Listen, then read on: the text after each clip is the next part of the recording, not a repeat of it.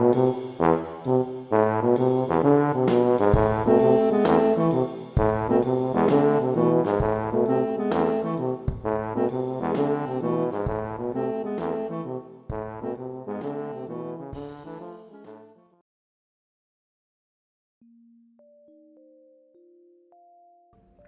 everyone at Green Hill. Thank you for having this conversation with me. I'm at my studio in Greensboro, and I'm happy to talk about my artistic journey. I think it started when I was about 6 years old. I picked up the pencil and I was very inspired by a cartoon image and I wanted to replicate it. And I kept making that drawing for several days until I perfected it. And I never stopped drawing after that. I think I had found my calling or my passion at that time. And my father soon noticed that I was good at drawing, so he suggested me to join the College of Art, local College of Art in India, and that's what I did. I joined the College of Art and did my 4-year BFA degree, and I started doing illustrations. And I think by the third year of college, it was the year 1995 that I held my first art exhibition of drawings, and in a way, sort of, I declared myself to be a professional artist, even though uh, it wasn't something welcomed because a student doing an art show wasn't quite a thing. And the same year, I also won a national award for illustrating children's book. So I can say 1995 was a year when I kind of launched myself as an artist, and I was lucky enough that next year, when I was in my final year of college, a leading local newspaper, they were looking for illustrators, and they approached me because they found me as one of the hardworking art students who was always in the studio working. And so I started as an illustrator for this newspaper, and soon became a household name in that region, in that city, which was my hometown, where I was born. And ever since that, I've been illustrating books and illustrating for magazines and newspapers, websites, and painting also continued on canvas. And eventually, I ended up being here in America on an artist visa, as I had gathered enough experience over the years, and I had some good clients who gave me contract to work here, and I came here, and here I am. I took on doing painting murals when I came here, and that's a new addition to my my skill set, and I think I'm loving it being here.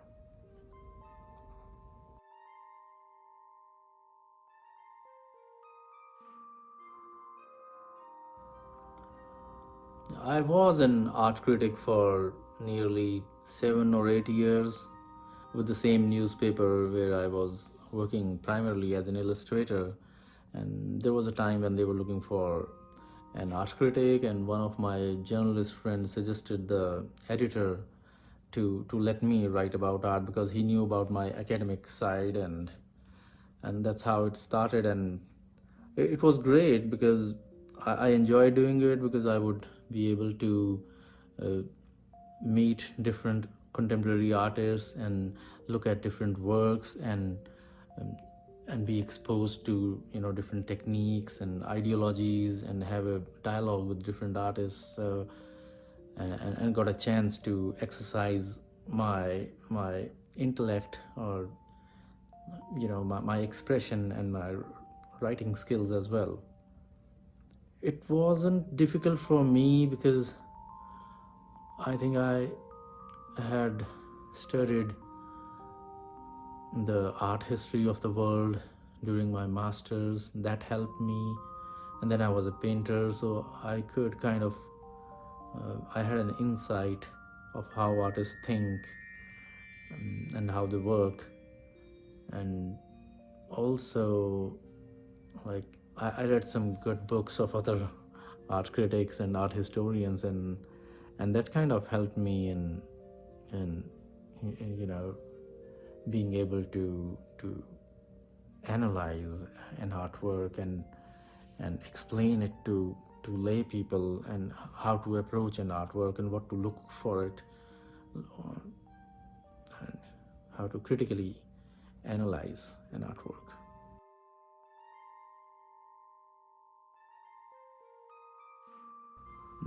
Critiquing other artists' artwork did interfere in my art practice, because I tend to get into a criticizing mode, and I was all those parameters that I applied on others.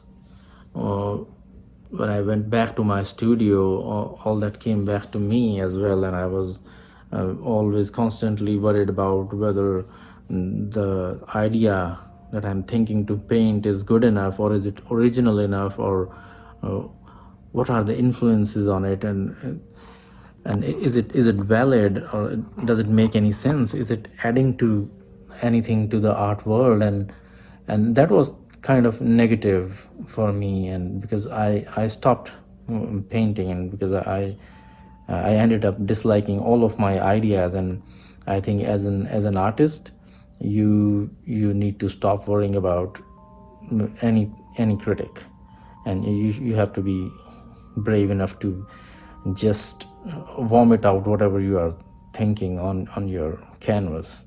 And it can be like, it varies from artist to artist. Some people are very meticulous. They formulate ideas, they write and they sketch, and they work on compositions, and they take their time to come up with a body of work. And especially the people who do installation or conceptual art. But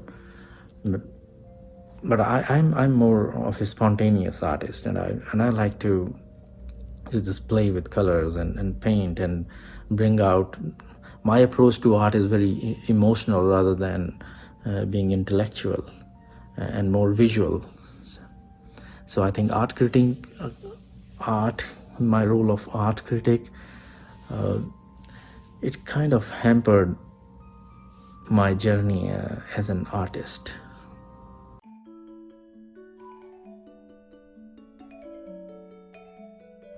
The artist I would like to talk about today is named Nek Chand. He's an Indian artist, born in 1924 and died in 2015. He was a self-taught artist known for building the Rock Garden of Chandigarh, which is my birth city. It's a huge sculpture garden, and it's a very famous spot in India. There's a very interesting story about how he started building this place.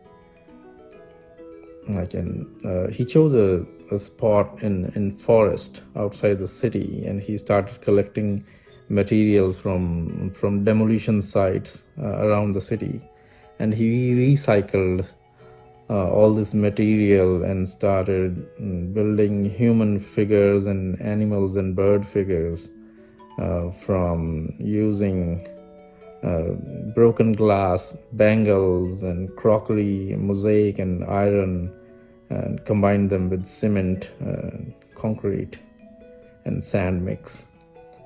So, and he kept this place hidden for almost 18 years, until the city found it out and they wanted to demolish it.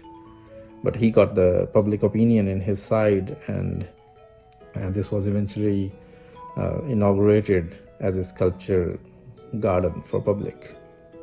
And it soon became famous for being something which was created from recycling material. And he went out of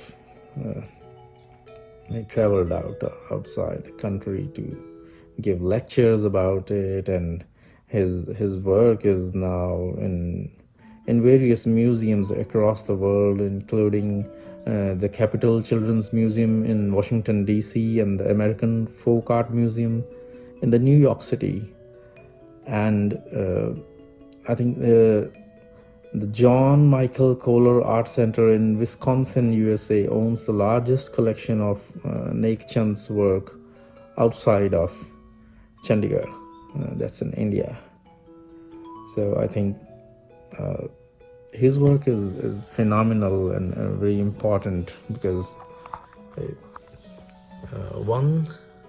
his figures have a very folk appearance, and secondly, he taught us to use discarded material and turn it into something beautiful, and it's a great example of recycling and reusing and rebuilding.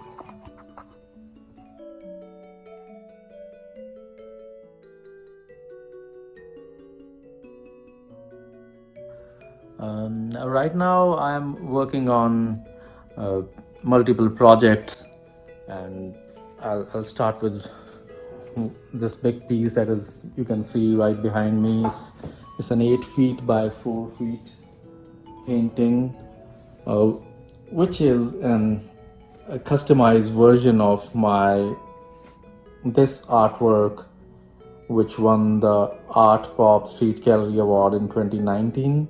So this beautiful family, they noticed this on the billboard somewhere near Winston-Salem or Mabane, I guess, and they reached out and they said, like, change these characters to suit their family and to tell their story. So I'm customizing it and doing this huge piece in latex paint. And apart from this, I'm working on a children's book based on Bible stories.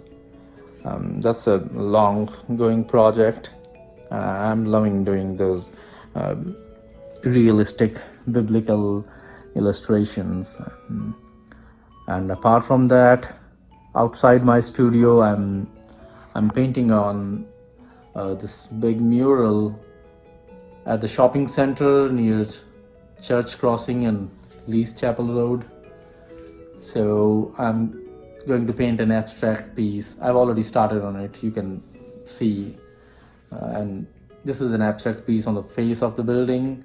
And on one side of the building, I've started painting characters from Marvel and DC Comics, and people are already loving it. I've like knocked out a few characters, and people stop by, take pictures, and there are so many comic lovers out there and comic nerds, and I'm sure they're gonna really like it. And this project will go on for maybe a month or so, because I have to paint all these characters on the whole back of the shopping center.